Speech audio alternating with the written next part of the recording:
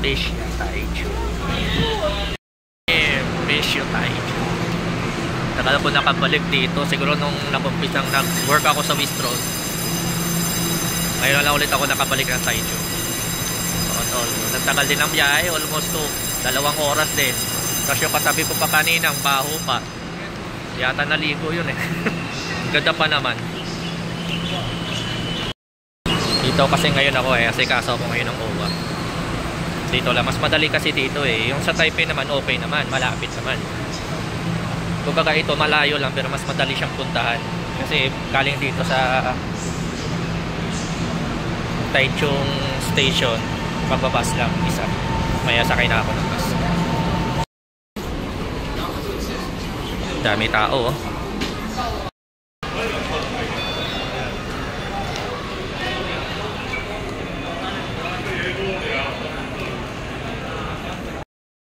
Besya Taichu. Yeah. Ano lang pa rin yung Taichu, walang pinagbago ha. Ganda pa din.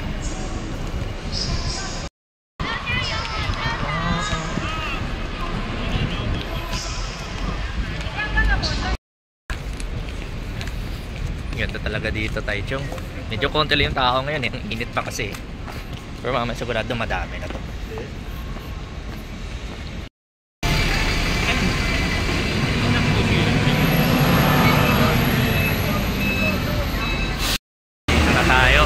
Sa Meko. Dali talaga dito sa Taichung eh. Isang bus lang, nandito ka na agad eh. Walking distance na lang.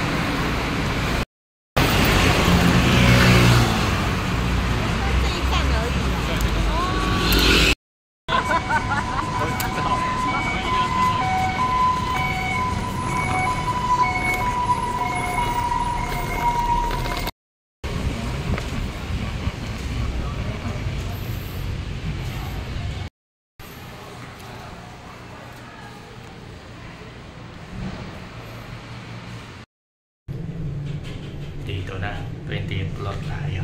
Doon yung Meko.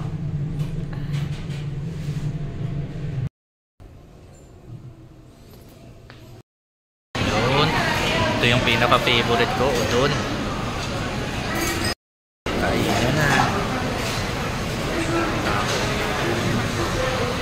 Or walang pinagbago.